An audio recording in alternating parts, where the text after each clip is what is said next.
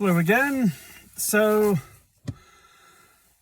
I just wanted to say just looking into the science of consciousness, which I mean, in my opinion, this is the most important thing in humanity is the realm of consciousness.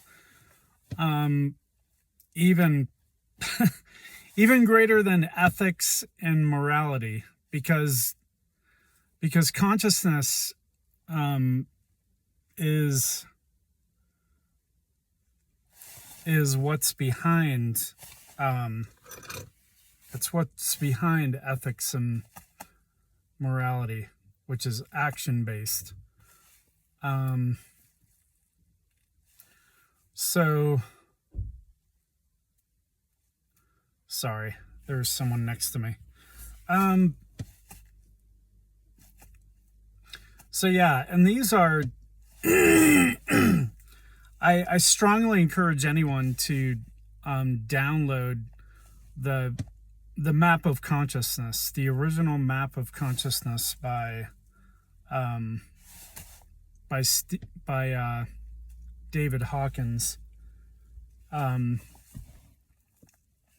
Strongly recommended.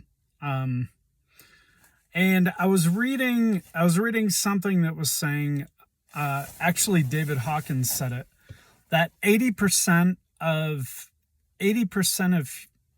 the world's population is between fear and anger. And on the consciousness scale, I don't think it really matters, but that is calibrating between 100, which is fear, and 150, which is anger. And right smack dab in the middle of that is desire, which is 125, which is the next realm I'm getting into, which desire is huge. It's not just, I mean, I'll get into it, but yeah, it's that's saying something, that 80% of the world's population is fear, desire, and anger. And each, as I was saying before, it's not like, I know somebody that is under the assumption that you can raise your consciousness just based on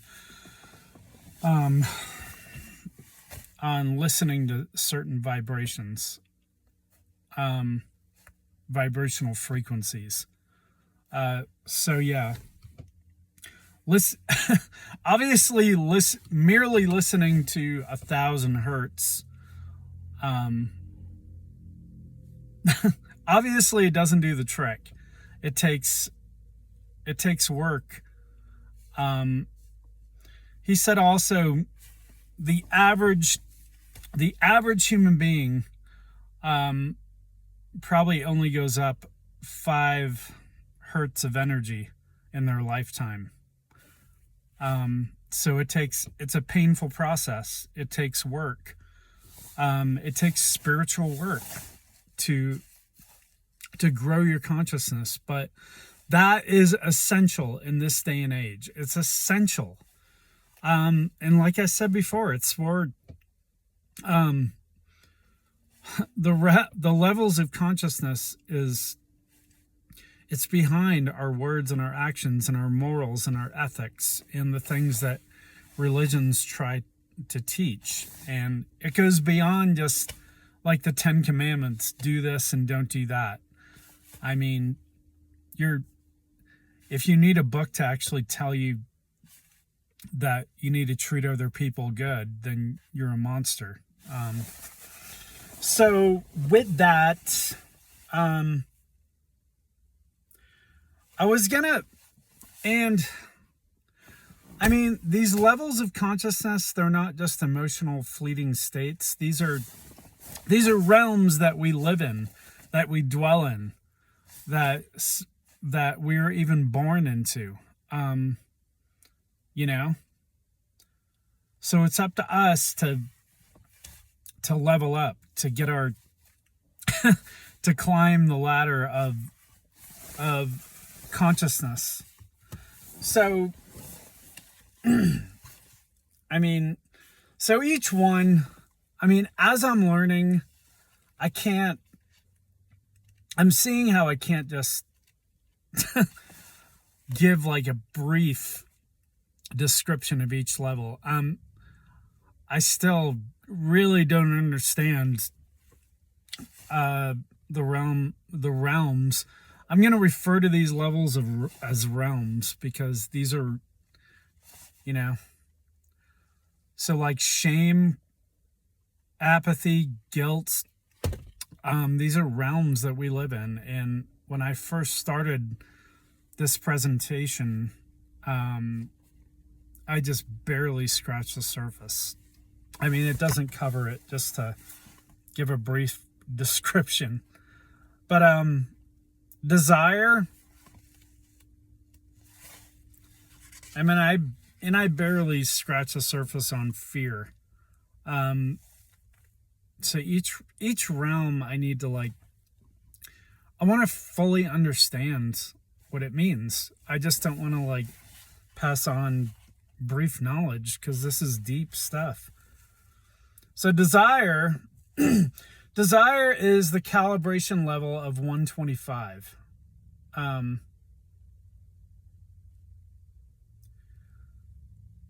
mean, and it,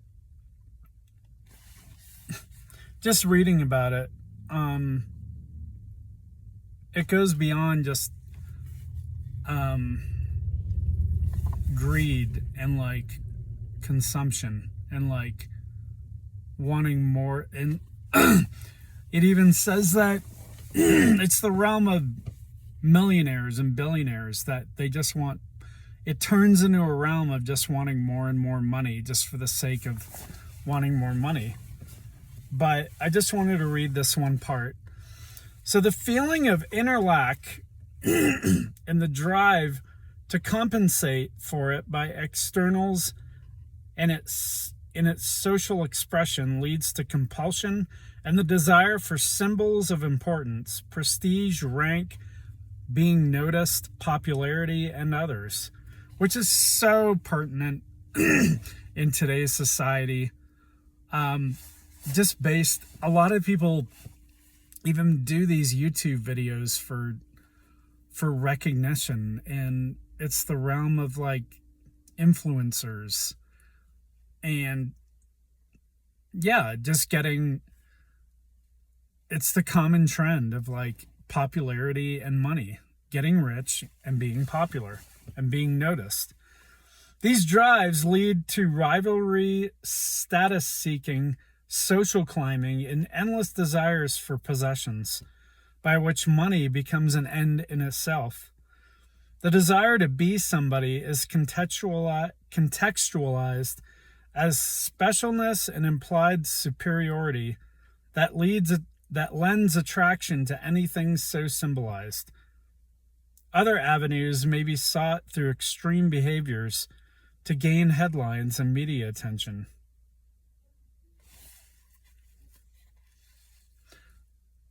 So yeah.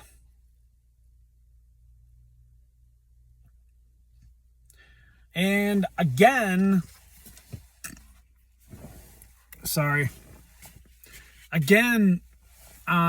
what it leads back to is ego. Ego is the motivator of these these lower energy levels, which are common. So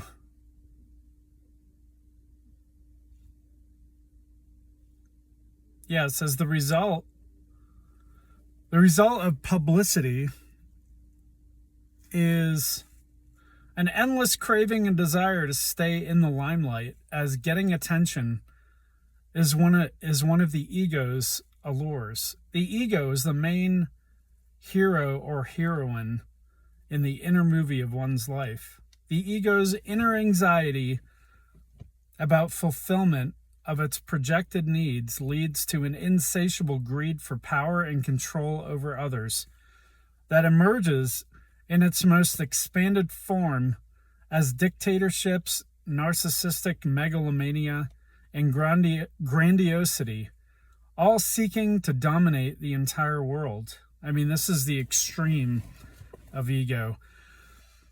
Frustration of egoistic desires has led to rage, revenge, and the killing of millions of innocent people throughout history. This is the consequence of the insatiability of egocentricity that results in barbarism and totalitarian militant extremism. The condition is called malignant messianic narcissism. Malignant messianic narcissism. Because the core of the non-evolved ego secretly envies and hates God and sees divinity as a rival. And it goes into Nero and Caesar. But again, I'm going to focus on desire again as I chew through it and understand it, because and like I said, I'm going to go back over these levels, but eventually. But I want to make my way up. These are still gross levels, disgusting levels of consciousness that 80% of the world wallows in. So I'm just trying to get the word out. I'm trying to get the word out. So pass it on about your leveling up your consciousness, becoming more enlightened. All right? See ya.